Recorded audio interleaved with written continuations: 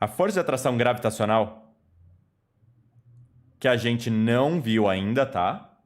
Ela vai ter como fórmula Gzão, que é a constante de gravitação universal, massa de um corpo, massa do outro corpo, dividido por d quadrado. Beleza? Porém, a Terra, por exemplo, ela gera em volta dela um campo gravitacional. Se a gente for desenhar as linhas de campo, a gente faz assim. Ou linhas de força. Esse campo gravitacional sempre aponta para a massa, beleza? Então, diferente do campo elétrico, né? Que pode ser para dentro ou para fora, campo gravitacional sempre puxa. Beleza? Uma outra maneira de calcular a força de atração gravitacional, que a gente chama de peso, se eu tiver um campo uniforme, é a massa vezes o campo. Esse G, que a gente costuma chamar de aceleração da gravidade, um nome mais interessante seria campo gravitacional. E da mesma maneira que o G na superfície da Terra vale aproximadamente 10 metros por segundo ao quadrado, uma outra unidade de medida equivalente a isso é 10 newtons por quilograma. Significa que se uma massa tem 1 kg, a força que puxa ela é de 10 newtons. Se tem 2 kg, a força que puxa ela é de 20 newtons. Da mesma maneira, pensando em eletricidade, ó, esse Gzinho é equivalente ao nosso Ezão. Se eu tenho um Ezão, ele é medido em, por exemplo, 2 newton por coulomb. Para cada 1 coulomb de carga, a gente tem 2 newton de força. Então, sim, é para calcular a mesma coisa, Isa. O que mais, gente? Tá, outra coisa. Eu Pode novamente. falar. No exercício 2 da lista, você faz lá os vetores de força, mas essas cargas, elas não interagem entre si, tipo, Interagem? mas não contam. Não, porque ele não está interessado nisso, não é a pergunta do exercício. A pergunta é... Cadê, ó? O campo elétrico resultante no ponto P. Então, assim, essa carga aqui, ó, ela gera um campo elétrico em todo o entorno dela. Em particular, ela gera um campo elétrico nesse ponto P. Eu não estou interessado no resto. Só estou interessado nesse ponto P. E nesse ponto P, o campo elétrico gerado por essa carga negativa se aproxima da carga. Tá bom? Então, assim, sim, gera em todo lugar. Uma afeta a outra, sim, mas a gente só está interessado naquele ponto P, nesse exercício em particular. Beleza? Fez sentido? Ô, Gabs, eu marquei 0 nessa, me senti mal burro. Se fosse tudo mais Eu ou marquei tudo 0 menos, também. seria 0. Se fosse potencial elétrico, que é o que a gente vai estudar hoje, também seria 0. Só que tem que lembrar que campo elétrico é vetorial. Você tem que levar em consideração para onde aponta as coisas. Se fosse escalar, seria 0. Porque eu teria 2 negativos aqui e 2 positivos aqui e anular, tá tudo lindo. Não por isso, tipo, o jeito que eu fiz foi um jeito muito burro. Até acho que eu vou falar isso, porque, sei lá, Fala, é bom. o que que eu fiz, ó? Na Q1, ela vai para a direita, para a esquerda e para baixo, certo? Calma aí. Porque elas saem dela, né, Calma aí, entre calma aí, calma aí, aspas. calma aí, calma aí. Na Q1, ela vai para direita, assim. Não, não, para o tracejado da direita, para o tracejado da esquerda e para baixo. Ah, tá. Aqui, aqui e para baixo. Quando você diz... Isso. Não, continua, pode falar, depois eu pergunto. Aí que eu acho que também é burrice, sabe? Eu fiz isso para todas, e aí você anula, sabe? Tipo assim, a Q3, por exemplo, faz a mesma coisa, só que ao invés de sair. Ah, não. Entra. Ah, E se entra, não anula, caralho, né?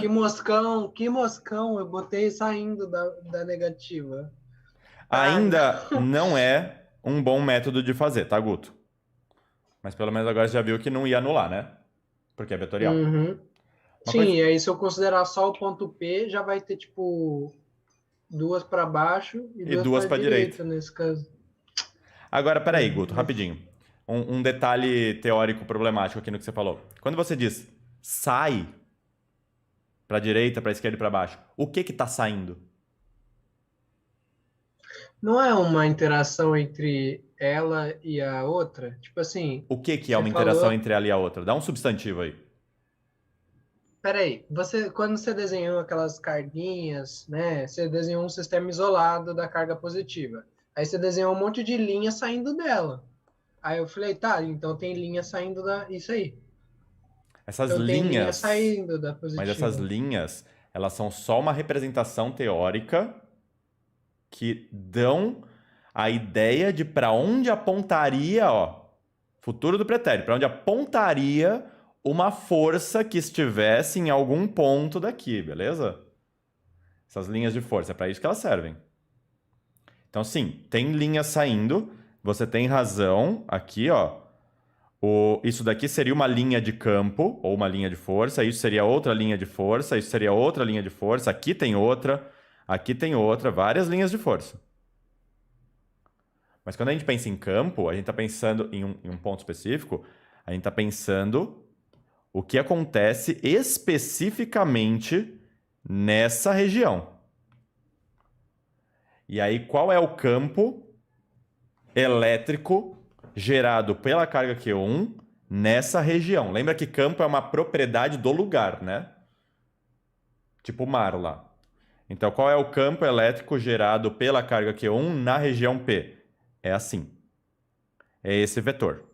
Só esse vetor, não é a linha de campo, é um vetor específico que tem bundinha em um ponto específico, beleza? Não é uma linha inteira. E esse vetor indica que uma carga positiva, quando colocada aqui, vai sofrer uma força para baixo. E uma carga negativa, quando colocada aqui, vai sofrer uma força para cima. Tudo bem? Então você tem que pensar especificamente num ponto quando está falando de campo, tá bom? Aquilo que você estava pensando de entre e sai são as linhas de campo. Que é só um gráfico para te possibilitar prever coisas. Beleza? Diga, Isa. Ó, Gabs, Olha. esse vetor que você fez, eu fiquei confusa porque, assim, tipo, não importa quantas cargas você botar em volta, nada vai alterar esse vetor específico? Esse vetor específico é gerado por essa carga específica. Nada vai alterar isso. Posso colocar o que eu quiser em volta, essa carga vai continuar gerando esse vetor aqui. O que acontece é que as outras cargas geram outros vetores e o vetor resultante aqui vai ser a soma vetorial de todos eles. Ou seja, Ah, tá. uma carga positiva, quando colocada aqui, vai sentir uma força para baixo por causa dessa, vai sentir uma força para a direita por causa dessa, outra força para a direita por causa dessa e outra força para baixo por causa dessa. No final das contas, a carga não sente essas forças separadamente. O que essa carga vai sentir é uma força para cá, que é a força resultante. Ou seja, o campo resultante também será para cá. Tá bem? A figura representa um elétron atravessando uma região onde existe um campo elétrico. O elétron entrou nessa região pelo ponto X e saiu pelo ponto Y, em trajetória retilínea. Sabendo que, na região do campo elétrico, a velocidade do elétron aumentou com aceleração constante, o campo elétrico entre os pontos X e Y tem sentido. De Y para X, com intensidade maior em Y, pipipi, popopó. Fala pra mim. Não tenha medo de errar, tá bom? Eu até prefiro. Ah, eu tô nervoso agora, eu vou dar risada, desculpa. Tudo bem, pode rir. Tá, tipo assim, o que eu pensei? O elétron está se movimentando para a direita e ele vai acelerando. Quer dizer, vai mudando a velocidade, desculpa, com aceleração constante. Ele disse ali. Aí, beleza. Se Não, ele ele tá fala mudando a que... velocidade. Rapidinho. Ele fala que aumentou, sim. Aumentou a velocidade. Tá acelerando. Tá, beleza. Aí, beleza. Se ele tá indo para a direita, tipo, a minha linha de raciocínio foi que o campo não pode ser para a esquerda, porque senão ele ia estar pelo menos não acelerando, sabe? Entendi. Então vamos lá. Ia ter uma resistência do campo. Entendi. Campo não é força. São coisas diferentes. Se ele está acelerando para a direita, significa que a aceleração resultante é para a direita. Significa que a força resultante é para a direita. Tá claro isso? Você não está errado aqui. Precisa ter uma força para a direita. A questão é que a gente está falando de um elétron. E elétron tem carga negativa.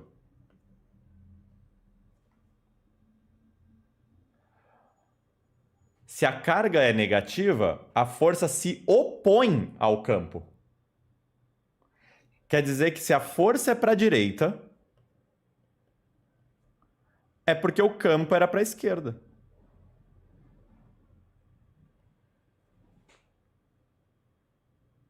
Tudo bem se eu pensar que é um elétron, então ele está indo para o lado positivo? Tipo, ele está querendo se encontrar com a parte positiva do Tudo bem, mas é muito campo. frágil, Guto.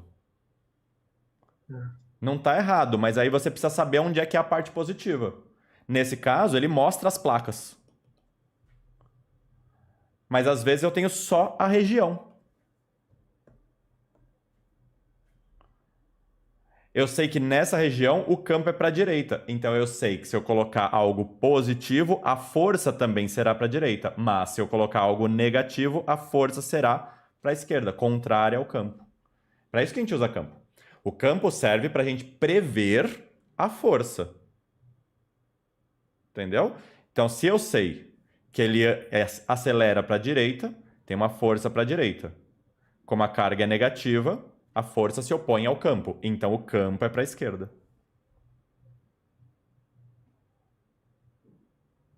Beleza? Então, lembra, sempre separa isso, tá? Força não interage com partículas. Desculpa, campo não interage com partículas. O que interage com partículas é força. O que acelera as coisas é força, não campo. Campo é uma propriedade da região. Beleza? Ah, mas tipo assim, imaginando uma bolinha sendo jogada para o alto, o campo gravitacional, ele interfere na bolinha. Interfere. Foi isso que eu fiquei pensando, sabe? Tipo... Só que não é que interfere com a bolinha. O que interfere com a bolinha é o peso. É a força gravitacional, não o campo. A questão é que massa é sempre positiva, né? Então a gente tem essa diferença problemática entre eletricidade e gravitação, que é massa só pode ser positiva. Então a força gravitacional sempre aponta no mesmo sentido do campo gravitacional. Agora, em eletricidade, eu posso ter carga positiva e negativa. Se a carga for positiva, a força elétrica aponta para o mesmo sentido do campo elétrico. Mas se a carga for negativa, a força elétrica aponta no sentido contrário do campo elétrico. A analogia foi boa, só que tem que pensar que para gravitação, massa é sempre positiva, então sempre a mesma direção e sentido, campo e força. Para eletricidade não, eu posso trocar o sentido. Beleza? Tá, só a última pergunta. Essa força vem da onde? Tipo, não tô, essa parte tá bem difícil de pegar, sabe? Eu não tô sabendo entender da onde que vem essa força resultante. O elétron tá indo para a direita, mas essa força é aplicada por quem? Se é a interação de corpos, sabe? Pelas placas. Essas placas geram um campo. Esse campo é só uma informação sobre a força que essas placas exerceriam sobre esse elétron se ele fosse colocado lá. Força é sempre uma interação entre objetos, você tem razão. Então, é a interação entre as placas e o elétron. Beleza? Tá, beleza.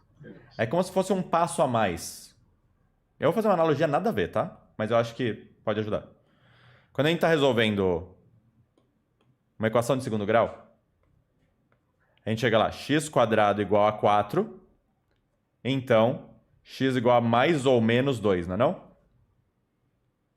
A gente está pulando passagem aqui. O correto seria x² igual a 4, então raiz quadrada de x² é igual a raiz quadrada de 4, então módulo de x é igual a 2, então x é igual a mais ou menos 2. A gente está pulando direto daqui para cá, quando a gente faz isso. Beleza? Aqui é mais ou menos a mesma coisa. Quando a gente fala que as placas exercem uma força sobre o elétron, A gente poderia deixar isso um pouquinho mais detalhado, pensando assim: as placas criam um campo elétrico. Esse campo elétrico cria sobre uma carga uma força. Na prática, as placas estão exercendo uma força sobre a carga. Mas eu posso pensar uma passagem a mais. As placas geram um campo e esse campo gera a força. Beleza? Perguntem mais, pessoas. Tá bem útil isso aqui. Ô, Gabi, só para eu criar uma visualização, essas duas placas é como se fossem dois ímãs? Não. Ímã entra em magnetismo, tem a ver, tá? Mas você poderia enxergar mais ou menos assim, mas é ruim, tá, Isa? A gente tem um campo para cá, né? Então eu tenho uma placa metálica ou não. Ele fala que é metálica? Não, é irrelevante, tá? Eu tenho uma placa que possui mais elétrons do que prótons desse lado. Mentira, ao contrário. Ela possui menos elétrons, falta de elétrons desse lado. E excesso de elétrons desse lado. Gerando assim um campo elétrico uniforme para cá. É tipo quando a gente esfrega uma bexiga no cabelo, então. É. Você esfregou essa placa aqui no cabelo, você esfregou essa placa aqui no cabelo. É isso.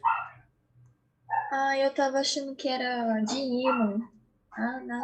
Tá mais claro agora. A gente vai Mas entrar aí em... é como se o cabelo fosse a placa da esquerda e a placa da direita é a bexiga. Tipo isso. Poderia ser, sim.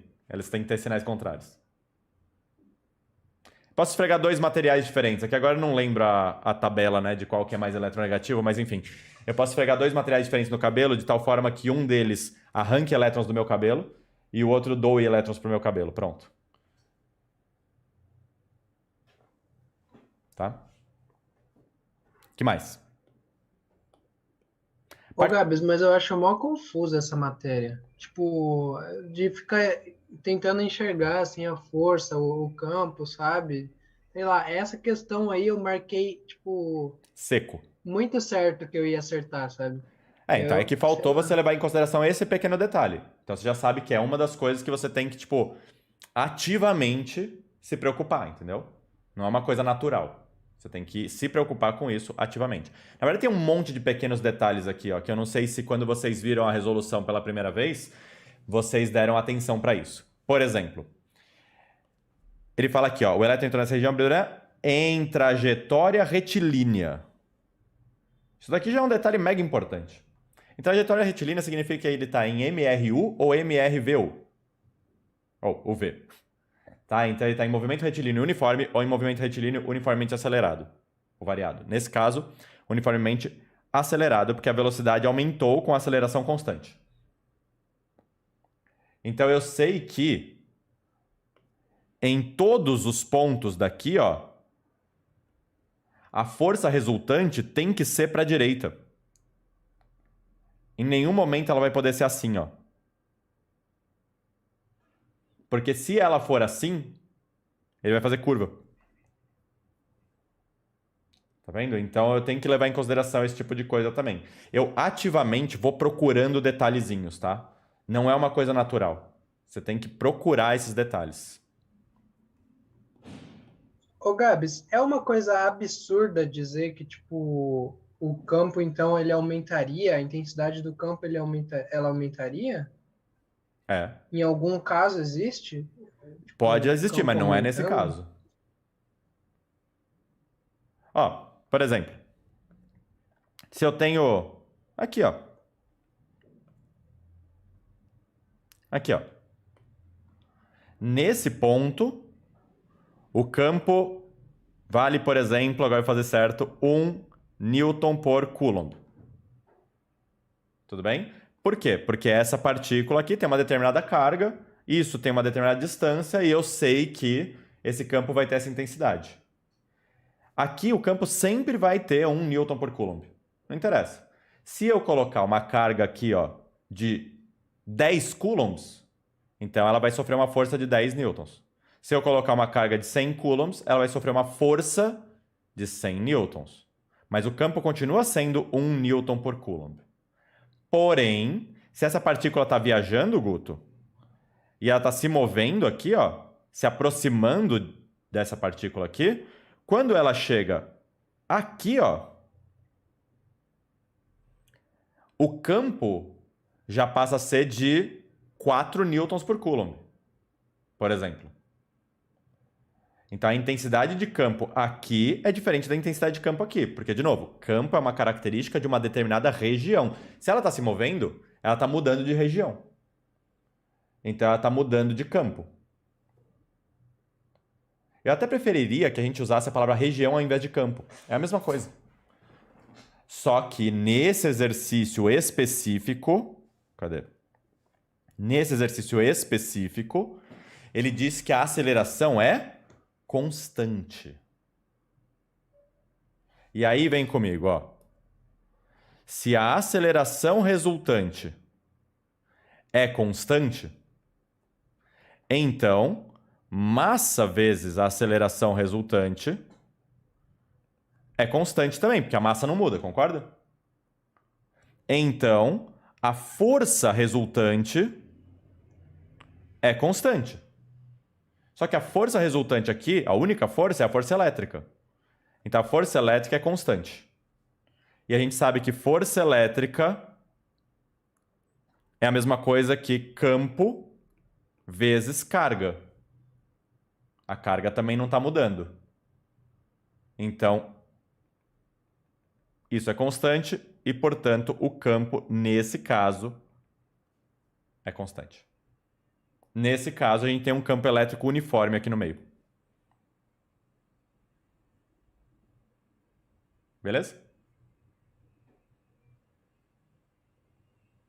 O que mais? Gabs, eu Pode tenho ir. uma dúvida Pode meio falar. burra, eu acho. É, Eu gosto dessas. tipo, quando, quando eu tava fazendo esse exercício, eu não imaginei, tipo, as placas carregadas eletricamente. Ok? Eu imaginei, tipo, uma carga geradora positiva na direita do Y, entendeu? Não é, tá? Mas poderia. Poderia. E aí, tipo, eu marquei que a intensidade era maior no Y, porque tá mais perto. Então, do aí que tá a que- treta. Aí que tá a treta. Por que que eu sei? Ele não falou em nenhum momento que são essas placas que estão interagindo com o elétron, tá? É uma possibilidade. Eu dei isso como exemplo. Alguém interage com esse elétron, é fato. Existe carga em algum lugar que está interagindo com esse elétron. Por exemplo, poderiam ser essas placas, tá? E acredito que quem criou essa questão pensou nisso. Porém, se fosse uma carguinha aqui positiva gerando esse campo, o que acontece? Nesse ponto, o campo elétrico é menos intenso do que nesse ponto. E foi isso que você pensou, certo? Uhum. Tá. Por que que isso nega as informações do enunciado? Por causa dessa última coisa que eu falei de ser tudo constante. O enunciado diz que a aceleração é constante. Se a aceleração que esse elétron possui é constante, significa que a aceleração nesse ponto é igual à aceleração nesse ponto e igual à aceleração nesse ponto. Aí, de novo, a aceleração é constante. Então, a massa vezes a aceleração é constante. Só que a massa vezes a aceleração é a força elétrica, que é constante. E a força elétrica é o campo vezes a carga. Se a carga não muda e a força não muda, então esse campo elétrico tem que ser constante. Ser constante significa que ele não muda aqui ou aqui. Ou aqui. Ele é constante. Tudo bem?